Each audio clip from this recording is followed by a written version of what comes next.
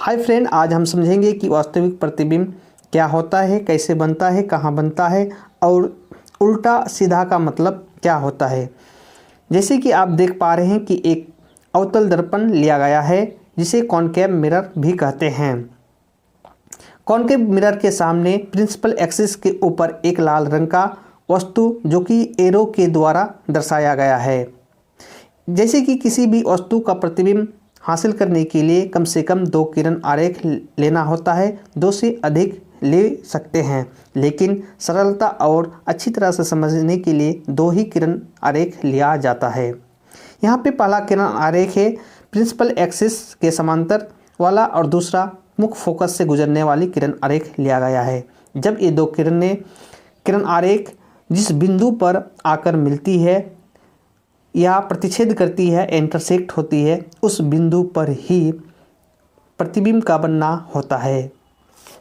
जब इस बिंदु से प्रिंसिपल एक्सिस के बीच की दूरी एक रेखा से रेखांकित कर देते हैं, यानी कि रेखा खींच लेते हैं, तो इमेज की लंबाई या ऊंचाई का ज्ञान हो जाता है।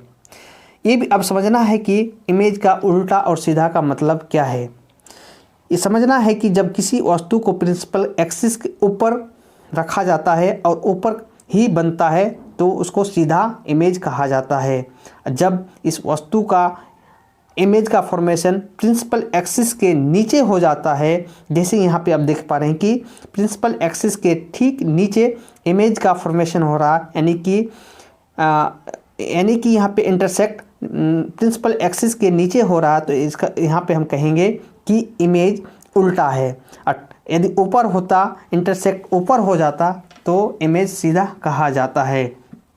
अब ये भी समझना है कि इमेज की लंबाई या जैसे छोटा या बड़ा कैसे पता चलता है। यहाँ पे एक इमेज देख पा रहे हैं कि एक इमेज है लाल रंग का और उसका प्रतिबिंब भी देख पा रहे हैं प्रिंसिपल एक्सिस के नीचे है। इसका हाइट आप देख के आसानी से बता सकते हैं कि वस्तु का जो ऊंचाई है और प्रतिबिंब की ऊंचाई में अंतर है, अर्थात प्रतिबिंब की ऊंचाई कम है।